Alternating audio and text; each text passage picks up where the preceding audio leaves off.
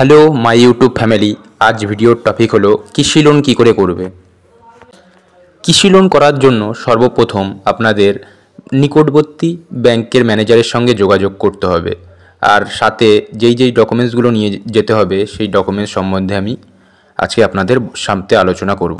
কৃষি লোনের বিষয়, কৃষি লোন কী বিষয়ে আপনাদের দেওয়া হয়, কিসের জন্য আপনাদের কৃষি লোন দেওয়া হয়, এটা যেন যারা নিম্নবর্তী চাষি তারা যেন খুব সহজে চাষ করতে পারে, খুব সুন্দর করে জমি ফসল ফলিয়ে ওই টাকা ইনকাম করে লোনের টাকা শোধ করতে পারে। চাষবাস করার জন্য কৃষি লোন দেওয়া হয়।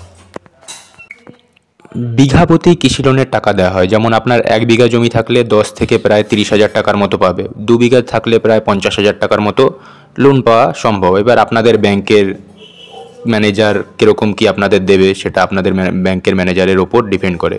প্রায় 1 বিঘা জমি থাকলে 20,000 টাকা শিওর লোন পাওয়া যায়।